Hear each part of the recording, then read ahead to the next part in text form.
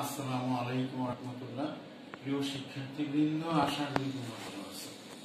দেখো, আমরা কিন্তু তোমাদের এই যে অংশীদারি কারবার নিয়ে আলোচনা ছিল, তারপরে আমরা অংশীদারি কারবার অনেক অঙ্ক করিয়েছি। আজকে তোমাদের একটা অংশীদারি কারবার একটা প্রশ্ন দিব। সেই প্রশ্নটা তোমরা কি করবে, তোমরা এটা তোমাদের খাতায় করে রাখবে এবং আমাদের কলেজ যখন খুলবে তখন কিন্তু এগুলা পরীক্ষার প্রশ্ন, আমরা কিন্তু আরো পরীক্ষার প্রশ্ন দিয়েছিলাম তোমাদেরকে। এই সবগুলো পরীক্ষার নিজেরা বাসায় পরীক্ষা দিবে এবং পরীক্ষার খাতাগুলা যত্ন করে রাখবে এবং আমাদের কলেজ যখন খুলবে তখন কিন্তু আমাদেরগুলো দেখাবে। আর এই তোমাদের এই বাসার পরীক্ষার নাম্বারগুলো কিন্তু তোমাদের এই টেস্ট পরীক্ষা যে হবে, এই টেস্ট পরীক্ষার নাম্বারের সাথে যোগ হবে। এই জন্য আমি বলছি যে তোমাদের এই পরীক্ষাগুলো অনেক গুরুত্বপূর্ণ, তোমাদের জন্য এটা অনেক উপকার আসবে। এই জন্য আমি আশা করি তোমরা সবাই পরীক্ষাগুলো নিজে নিজে বাসায় দিবে এবং পরীক্ষার খাতাগুলো যত্ন করে রাখবে। এখন দেখো পরীক্ষার প্রশ্ন একটু দেখো। এখন দেখো, এখানে আমি পরীক্ষার প্রশ্ন একটু পড়ে নিচ্ছি। দেখো তোমরা, তারা, জরা ও হীরে একটি অংশীদারি কারবারের 3 জন অংশীদার কারবারের লাভ লোকসান 2-2-1 অনুপাতে বন্টন করে নেয়। 1 জানুয়ারি 2018 তারিখে তাদের মূলধন ছিল যথাক্রমে 60,000 টাকা, 50,000 টাকা ও 30,000 টাকা। মূলধন উত্তোলনের পর 5% সুদ ধার্যের সিদ্ধান্ত নেয়। সার্বক্ষণিক দায়িত্ব পালনের জন্য মাসিক 3,000 টাকা করে তারা বেতন পাবে। তারা মানে এখানে অংশীদার যে তারা, সেই তারার কথা কিন্তু বলছে। উক্ত বছরে তারা, জরা ও হীরার উত্তোলনের পরিমাণ ছিল যথাক্রমে 9,000 টাকা, 6,000 টাকা ও 3,000 টাকা। উপযুক্ত সমন্বয়গুলো সাধনের পূর্বে 31 ডিসেম্বর 2018 তারিখে কারবারের নিট মুনাফার পরিমাণ দাঁড়ায় 65,050 টাকা।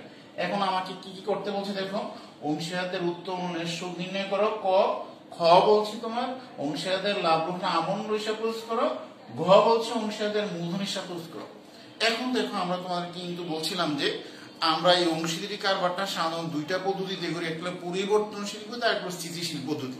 কিন্তু এইখানে আমি বলছিলাম, তো আগেই বলা ছিল যে আমরা কিভাবে কোনটা স্থিতিশীল পদ্ধতি মনে করবো আর কোনটা পরিবর্তনশীল মনে করবো। পরিবর্তনশীল পদ্ধতি হলো যখন তোমাকে বলা থাকে যে লাভ লোকসান আবন্টন অংশীদারদের মূলধন হিসাব করো, তখন এটাকে পরিবর্তনশীল মনে করবো। কিন্তু আর স্থিতিশীল কখন মনে করব, যদি বলা থাকে যে মূলধন স্থায়ী থাকবে বা অংশীদারদের চলতি হিসাব করতে হবে, তখন আমরা কিন্তু কি করব, স্থিতিশীল পদ্ধতি করব। কিন্তু এই অঙ্কের মধ্যে স্থায়ীর কথাও কোনো বলা নাই এবং চলতি হিসাবের কথাও কোনো বলা নাই। তাহলে আমরা কি মনে করবো, এটাকে পরিবর্তনশীল পদ্ধতি মনে করবো। তাহলে পরিবর্তনশীল পদ্ধতিতে আমরা জানি লাভ লোকসান আবন্টন হিসাব, আর এখানে বলা আছে অংশীদারদের মূলধন হিসাব, আর এখানে বলা আছে উত্তোলনের সুদ নির্ণয় করতে হবে। তাহলে পরিবর্তনশীল পদ্ধতি আমরা জানি লাভ লোকসান আবন্টন হিসাবে। তাহলে লাভ লোকসান আবন্টন হিসাবে আলোচনা আগেও ছিল, এখন জাস্ট একটু আলোচনা করছি। দেখো, লাভ লোকসান আবন্টন হিসাব বলতে আমরা কি বুঝি। তাহলে আমরা লাভ লোকসান আবন্টন হিসাব ব্যবসায়ের অর্জিত মুনাফা অংশীদারদের মধ্যে ভাগ করে দেওয়ার জন্য যে হিসাব করা হয় তার নাম লাভ লোকসান আবন্টন হিসাব।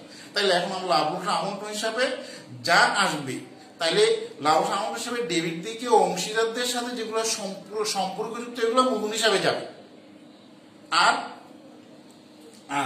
অংশীদারের সাথে যেগুলো সম্পর্কযুক্ত নয় এগুলা মূলধন হিসাবে যাবে না। তাহলে দেখো, তাহলে পরিবর্তন মানে কি, এই অঙ্কের মধ্যে কি হবে, মূলধনের পরিবর্তন হবে। কিভাবে পরিবর্তন হবে, মূলধনের সাথে যে মূলধন দিয়ে ব্যবসা শুরু করা হয়েছে সেই মূলধনের সাথে কিছু যোগ হবে এবং কিছু বাদ যাবে। যোগ বাদ দেওয়ার পর যেটা ব্যালেন্স থাকবে, এইটাও কি পরিবর্তনশীল মূলধন পদ্ধতির মূলধনের উদ্বৃত্ত। এখন দেখো, আমার কয়ে বলা আছে অংশীদারদের উত্তোলনের সুদ নির্ণয় করো। কিন্তু এখন দেখো, এখানে বলছে অংশীদাররা কি বলছে উত্তোলন করছে। দেখো, সার্বক্ষণিক এখানে বলছে উক্ত বছরে তারা, জরা ও হীরার উত্তোলনের পরিমাণ ছিল 9,000 টাকা, 6,000 টাকা। কিন্তু এখানে বলে নাই কোন অংশীদার কোন তারিখে উত্তোলন করছে।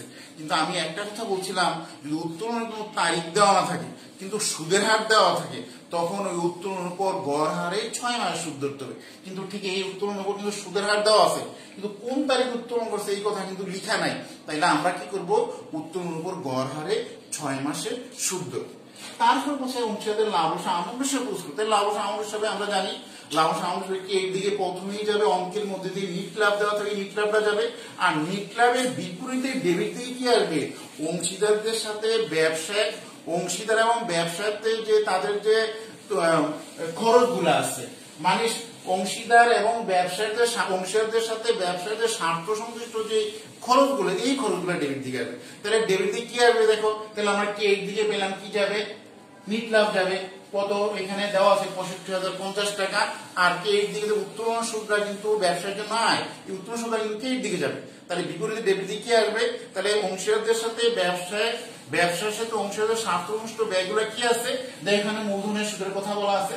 মূলধনের সুদ 5% সুদ দেওয়া, তাহলে মূলধনের 5% সুদ ধরবো। তাহলে মূলধন এখানে দেওয়া আছে 60,000 টাকা, 50,000, 30,000 টাকা, 60,000, 50,000, 30,000, তাহলে এই মূলধনের উপর 1 বছরের সুদ হবে অংশীদারের।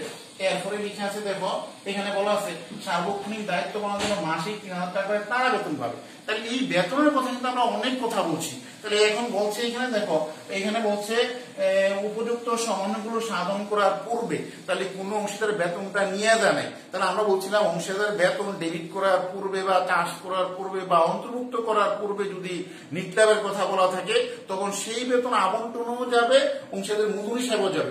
কিন্তু এখানে এই কথাই বলছে, তাহলে পূর্বের কথা বলা আছে, তাহলে মূলধন সূত্রটা কোথায় যাবে, আবন্টনীয়, আরে অংশীদারের বেতন কোথায় যাবে, আবন্টনীয় যাবে এবং মূলধন হিসাবেও যাবে।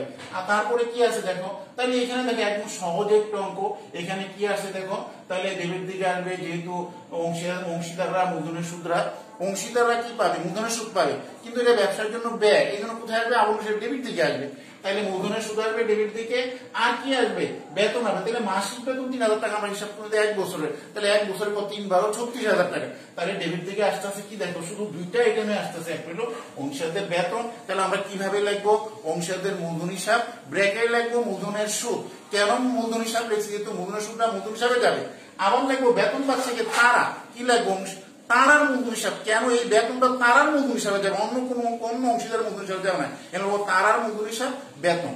আর ক্রেডিট দিকে নিট লাভ যাবে, উত্তোলনের সুদ যাবে। তাহলে আমার মনে হয় যে ক্রেডিট যদি বেশি হয় তাহলে নিট লাভ হবে, আর যদি ক্রেডিট দিক বেশি হয় আর ডেবিট দিক কম হয়, পার্থক্য মুনাফাই মুনাফা অংশীদারের মধ্যে তাদের অনুপাত অনুযায়ী ভাগ, অনুপাত 2:1 অনুপাত দেওয়া আছে। তাহলে 2:4 4 1 5, তাহলে তারা পাবে 5/2, ঝোড়া পাবে 5/2 আর হীরা পাবে 5/1। তাইলে আমরা এই অনুপাতে যদি লাভ হয় অনুপাতে ভাগ করে দেবো, যদি লোকসান হয় তাও এই অনুপাতে ভাগ করবো। তারপর দেওয়া অংশীদারদের মূলধন হিসাব সূত্র। তাহলে আমরা জানি মূলধন হিসাবে এই দিকে প্রথমে যাবে ব্যালেন্স মূলধন যে দেওয়া আছে 60,000, 50,000, তাহলে প্রত্যেকের অংশীদারদের মূলধন হিসাবে মূলধন যাবে। তারপরে অংশীদারের সাথে সম্পর্কিত যে ব্যয়গুলো ছিল আবন্টন হিসাবে ডেবিট দিয়ে কি ছিল, মূলধনের সুদ ছিল। তারপরে ছিল কি তোমার বেতন, বেতনটা যাবে, মূলধনের সুদ যাবে। তারপরে যদি লাভ হয় তাহলে লাভটা যাবে। আর ডেবিট দিয়ে কি আসবে, মূলধন হিসাবে ডেবিট দিকে উত্তোলন আসবে, উত্তোলনের সুদ আসবে। পার্থক্য কি হবে, বছরের শেষে মূলধনের ব্যালেন্স, মানে বছরের শেষের মূলধনের ব্যালেন্স মানে উদ্বৃত্ত।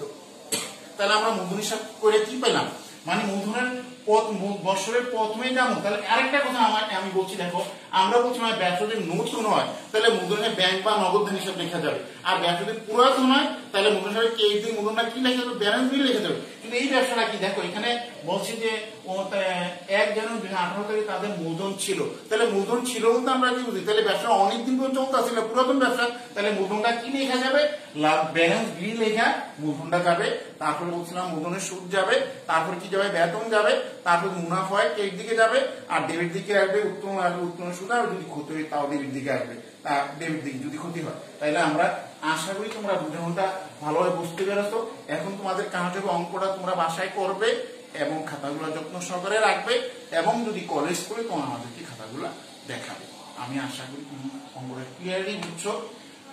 তুমি সবাই ভালো থাকো, সুস্থ থাকো। আমরা আবার পরবর্তী ক্লাসে তোমাদেরকে আবার অঙ্ক নিয়ে আলোচনা করবো। সবাইকে আন্তরিকভাবে আবার ধন্যবাদ জানাচ্ছি। আসসালামু আলাইকুম ওয়া রাহমাতুল্লাহি ওয়া বারাকাতুহু।